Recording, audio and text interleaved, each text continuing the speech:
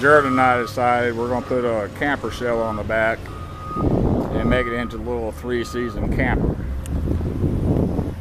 Now, along with all the mechanical repairs, that's right at about $6,000.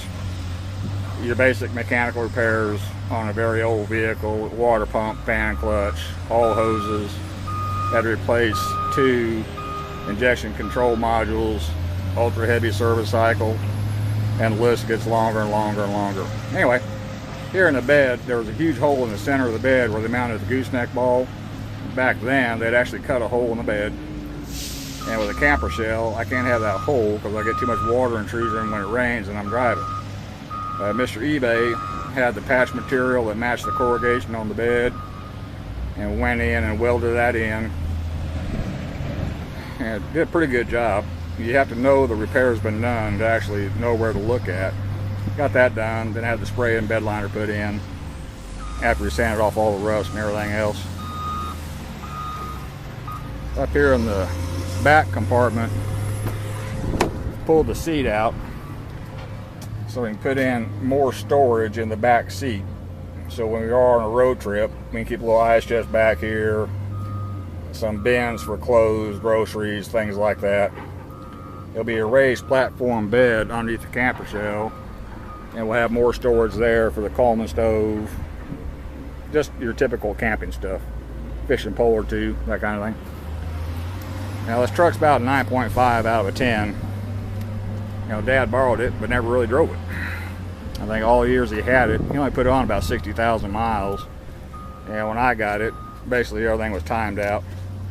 It's not very good as a tow vehicle.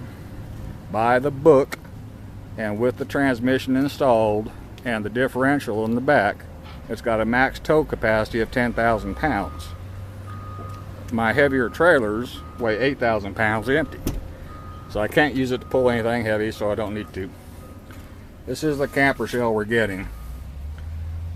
It's got a raised area in the back, interior lighting, interior screens, bells and whistles. It's supposed to be here this week. There's the interior again. Truck's just too nice to use as a secondary vehicle, so I need to put it to some kind of use. And she and I decided that the camper shell would be a good use for it. I already got a travel trailer, but it's difficult to hook onto, and it's difficult to find a place to park, and all that other stuff associated with having a travel trailer. You got to pick up with a camper shell on the back, get and go. Nice little 3-season camper.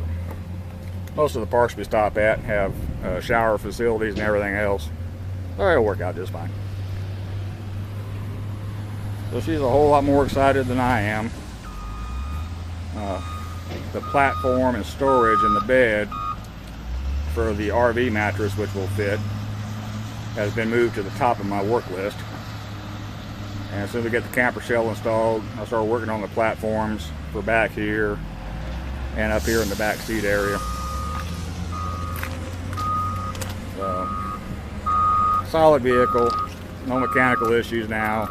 Had quite a few when I got it back from my dad, but it's good to run now.